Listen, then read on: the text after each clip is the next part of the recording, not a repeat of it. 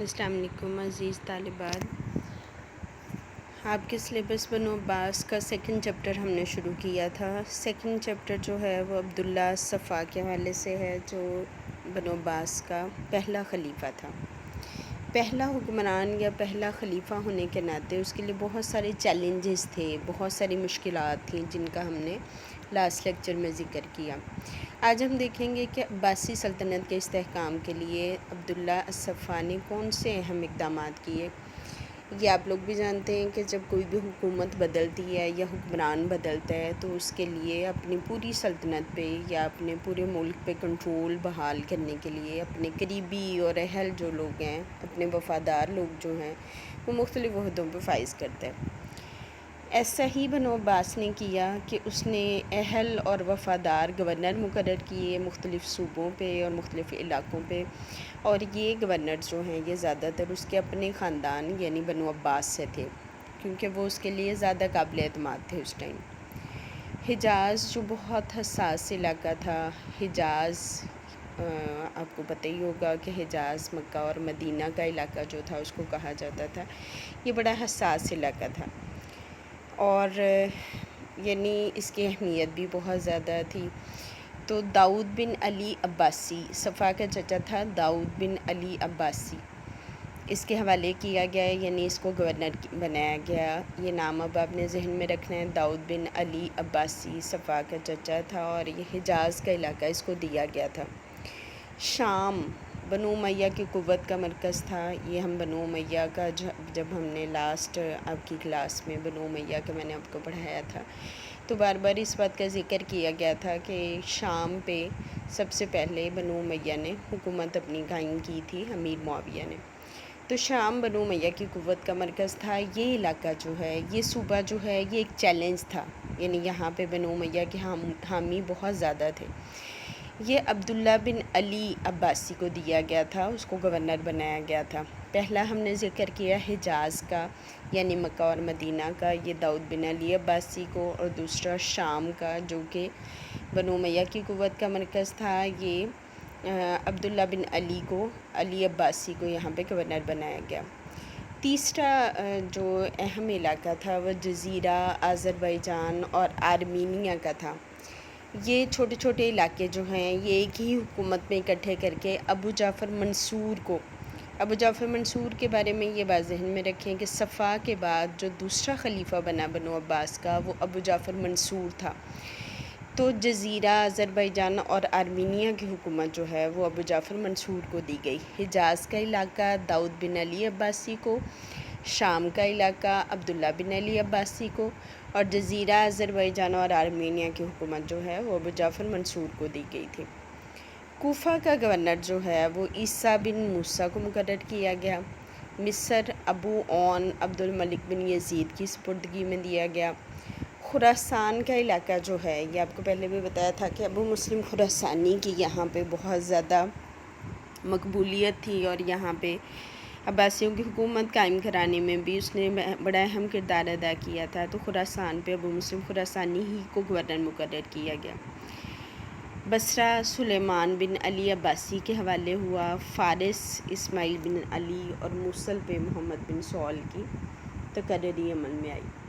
یہ سارے لوگ جو ہیں جنہیں یہ مختلف علاقے سونپے گئے، انہوں نے بہت اچھے طریقے سے ان علاقوں پہ اپنا کنٹرول مستحکم کر لیا، سوائے ایک علاقے کے، یعنی محمد بن سول جو ہیں جنہیں موصل بھیجا گیا تھا، وہ اس علاقے پہ اپنا کنٹرول مستحکم نہیں کر سکے تھے۔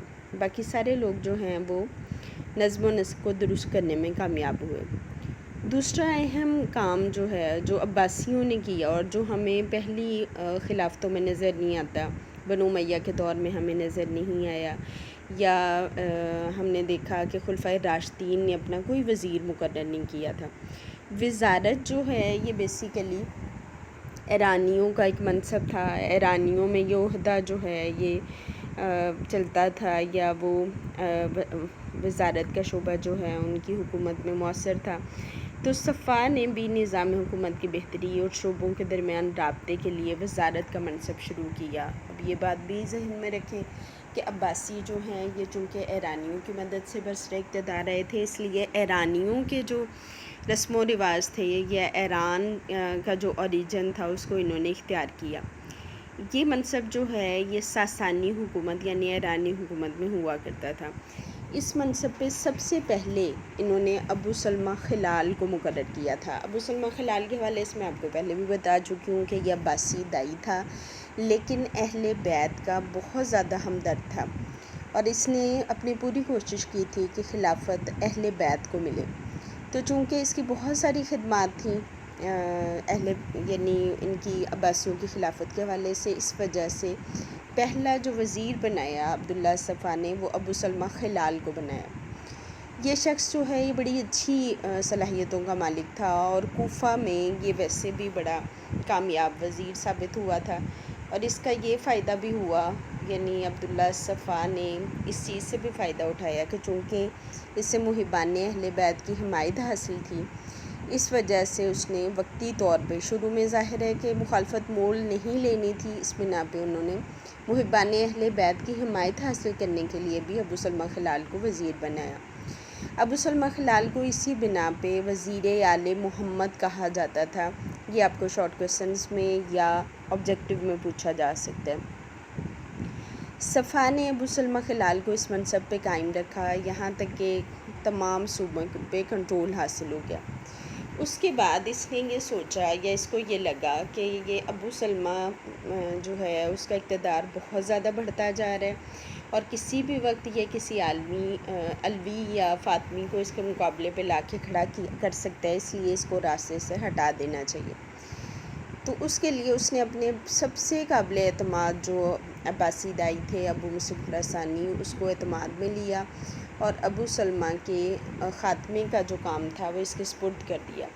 ابو مصعب خراسانی نے کیا کیا کہ خراسان سے چند مشہور قاتل بھیجے یعنی جو اپنے کام میں بڑے ماہر تھے، اور انہوں نے ابو سلمہ خلال کو قتل کر دیا، اور مشہور یہ کیا گیا کہ اس کو کسی خارجی نے قتل کر دیا۔ خارج کے حوالے سے آپ جانتے ہیں کہ وہ ہر حکومت کے دشمن یا مخالف ہوا کرتے تھے، تو انہوں نے یہ قتل جو ہے یہ خارجیوں پہ ڈال دیا۔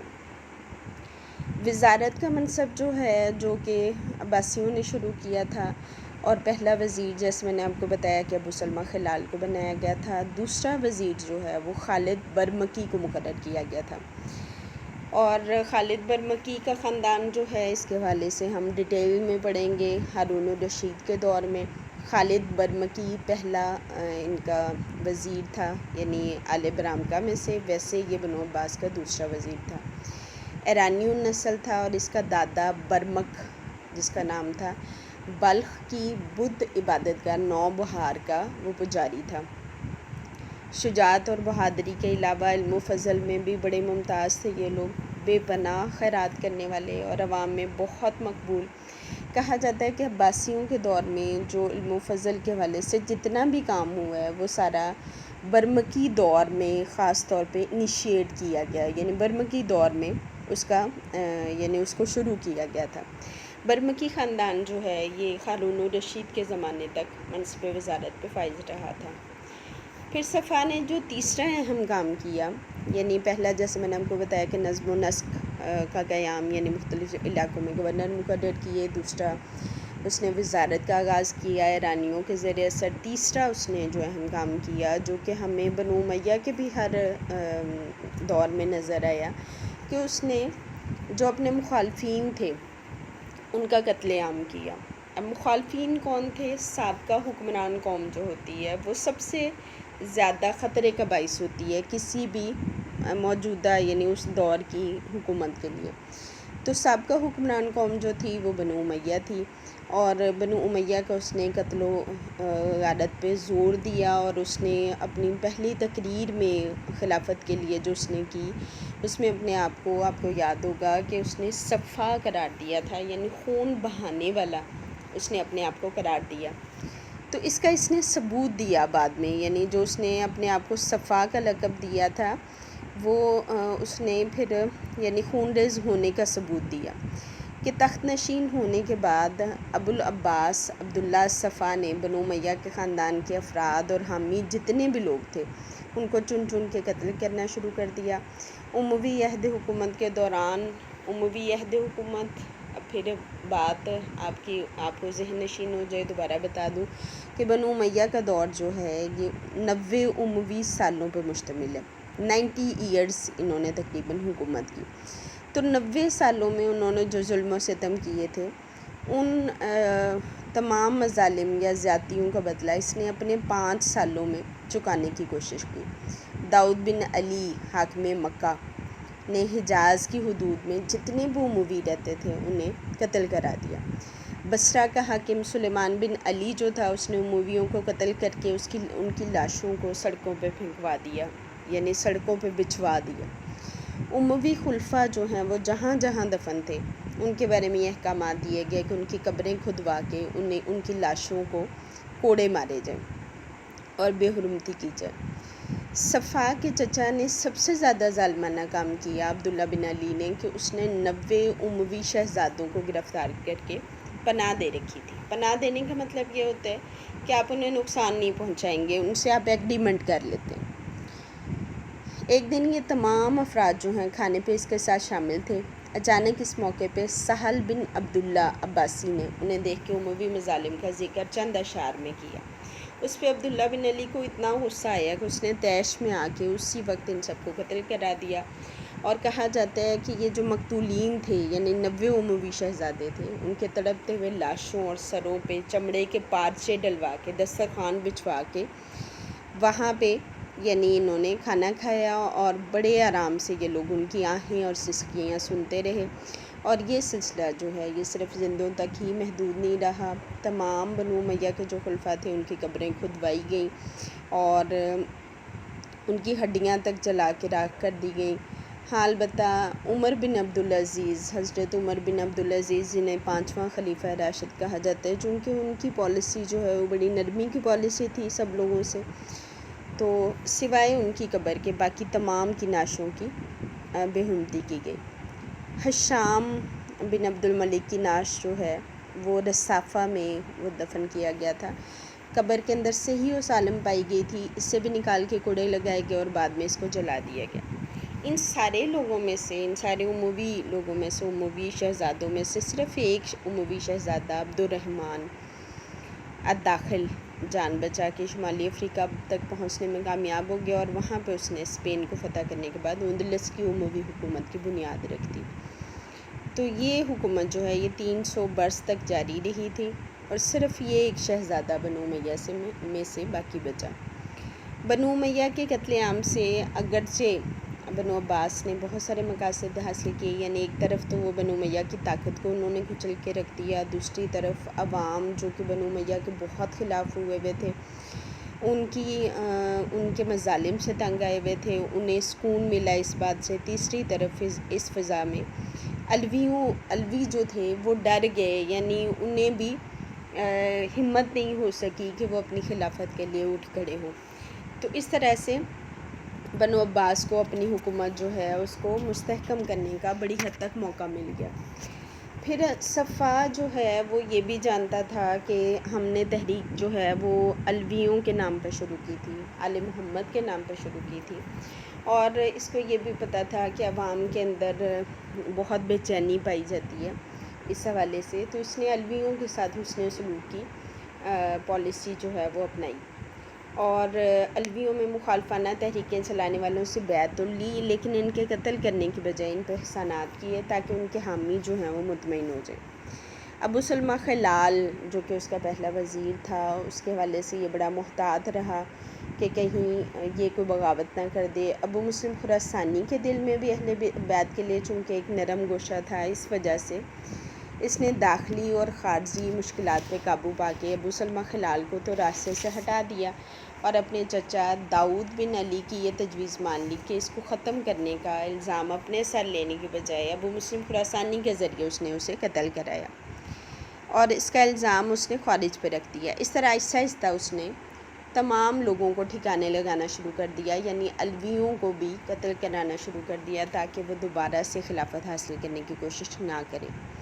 ایک اور اہم کام جو صفا نے کیا کہ اس نے دمشق جو کہ بنو امیہ کا دارالحکومت تھا، دارالخلافہ تھا، اس کی بجائے اس نے جو ہے ایک نیا دارالخلافہ بنوایا۔ شروع میں تو کوفہ جا کے اس نے خلافت سنبھالی تھی، کوفہ کو ہی دارالخلافہ بنایا، لیکن بعد میں اس کو قابل اعتماد، کوفیوں کو قابل اعتماد نہ جانتے ہوئے اس نے اپنا دارالخلافہ عراق منتقل کرنے کا فیصلہ کیا، اور ایک چھوٹے سے قصبے انبار کے قریب اس نے ایک نیا شہر بسانا شروع کیا۔ 30 جولائی 751 عیسوی کو یہ نیا شہر بنایا گیا، اور اس کا نام صفا نے ہاشمیہ رکھا، اور آہستہ آہستہ اس کے تمام حکومتی دفاتر جو ہیں وہاں منتقل کر دیے گئے، اور یہ نیا دارالخلافہ جو ہے یہ بنو عباس کا دارالخلافہ کہلایا۔